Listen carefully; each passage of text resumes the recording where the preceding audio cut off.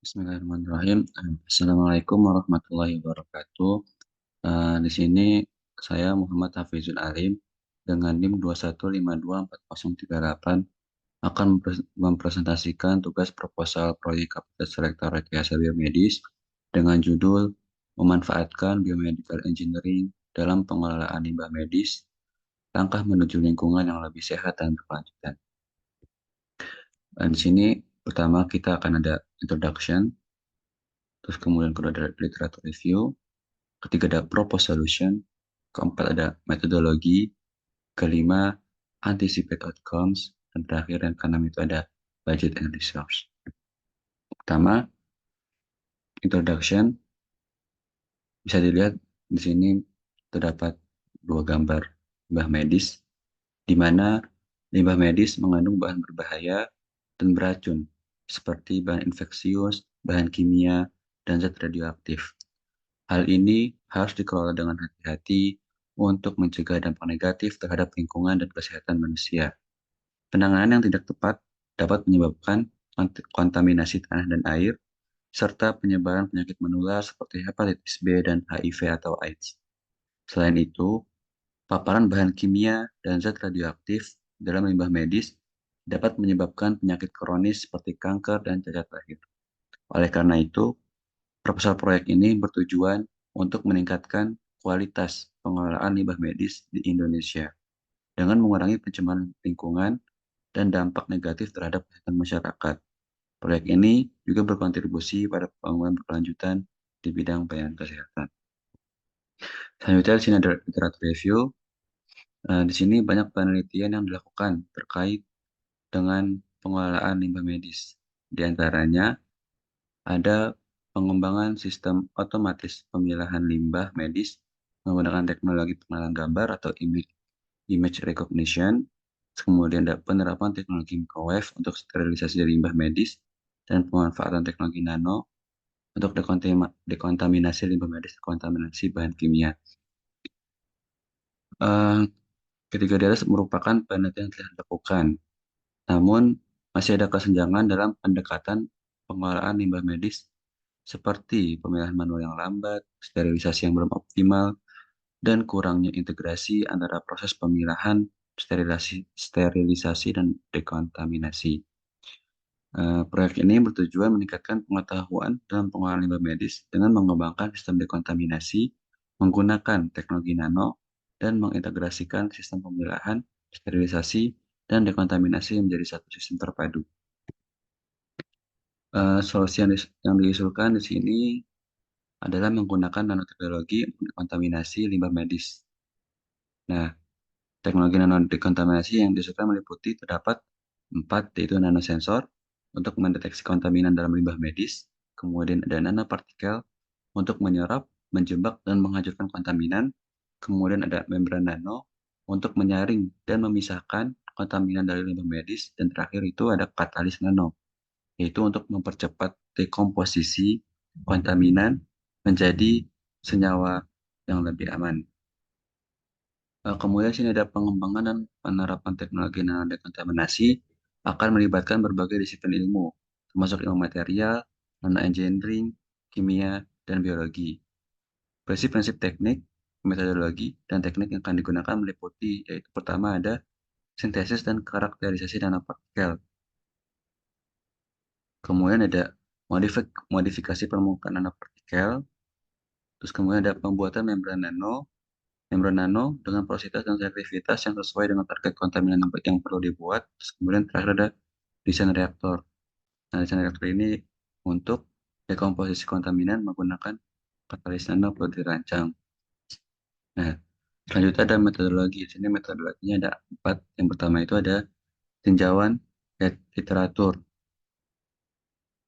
yaitu untuk mempelajari teknologi nanodekontaminasi yang ada dan mengidentifikasi celah penelitian.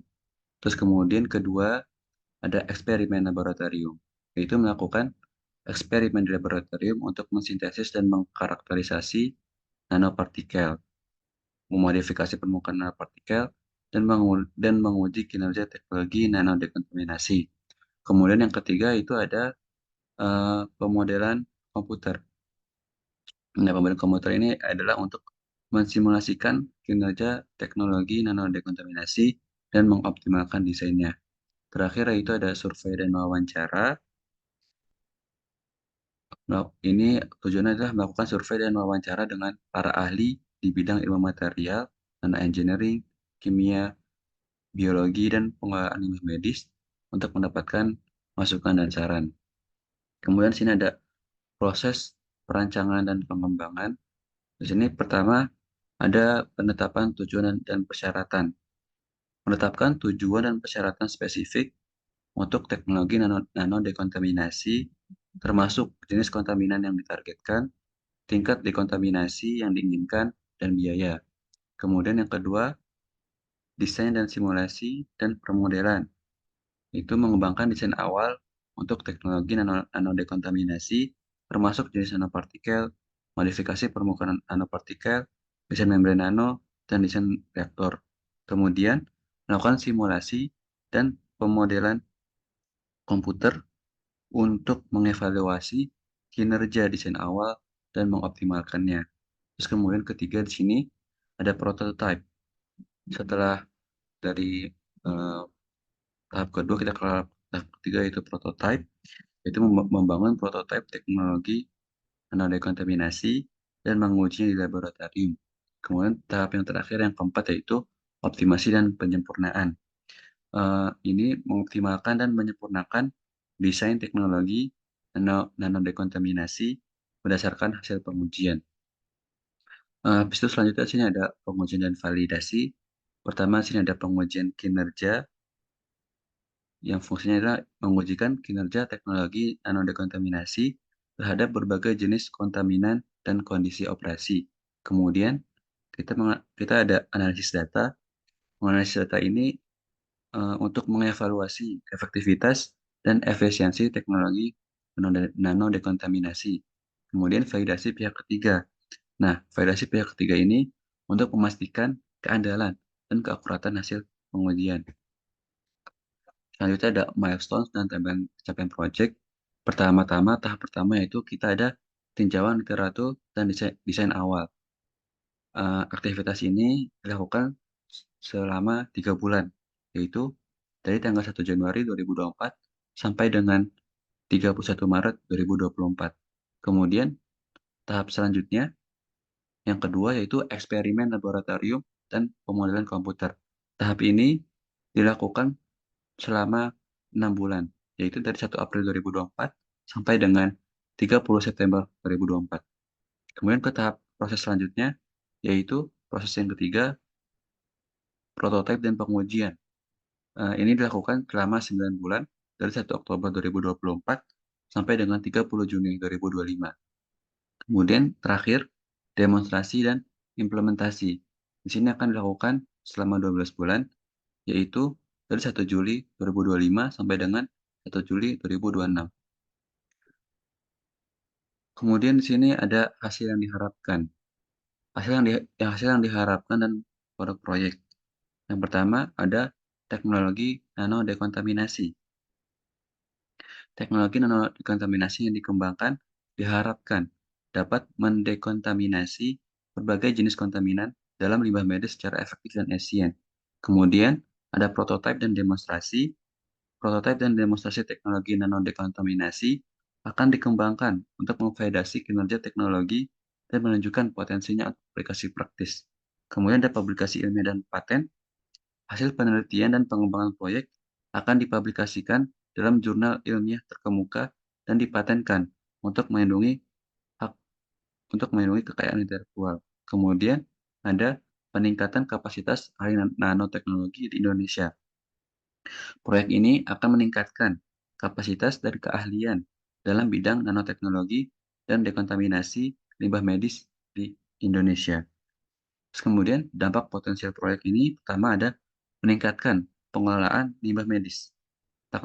Teknologi nanodekontaminasi yang dikembangkan dapat membantu meningkatkan pengelolaan limbah medis di Indonesia dengan menyediakan solusi yang lebih efektif dan efisien untuk dekontaminasi limbah medis. Kemudian ada melindungi kesehatan manusia dan lingkungan. Dekontaminasi limbah medis yang tepat dapat membantu melindungi kesehatan manusia dan lingkungan dari kontaminan berbahaya. Kemudian, ada mendorong inovasi dan rekayasa biomedis. Proyek ini dapat mendorong inovasi dalam bidang rekayasa biomedis dengan mengembangkan teknologi baru untuk dekontaminasi limbah medis dan aplikasi lainnya. Kemudian, yang terakhir ada meningkatkan daya saing industri. Pengembangan pengembangan teknologi nano dekontaminasi di Indonesia dapat meningkatkan daya saing industri dan menarik investasi asing. Kemudian terakhir ada kontribusi ke dalam rekayasa biomedis. Yang pertama, ada teknologi baru. Mengembangkan mengembangkan teknologi baru untuk dekontaminasi limbah medis yang lebih efektif dan efisien. Kemudian, yang kedua, pemahaman nanoteknologi. Meningkatkan pemahaman tentang aplikasi nanoteknologi dalam rekayasa biomedis. Kemudian ada kolaborasi. Nah, ini mendorong kolaborasi antara akademisi, industri, dan pemerintah dalam pengembangan teknologi biomedis. Dan terakhir adalah kualitas hidup. Di sini membantu meningkatkan kualitas hidup manusia melalui pengolahan limbah medis yang lebih baik. Kemudian di sini ada budget and resource. Di sini ada bahan-bahan yang diperlukan seperti nanopartikel dengan harga 100 juta, bahan kimia dengan harga 50 juta, peralatan laboratorium membutuhkan dana sebesar 200 juta, biaya lainnya itu 50 juta. Totalnya di sini 400 juta.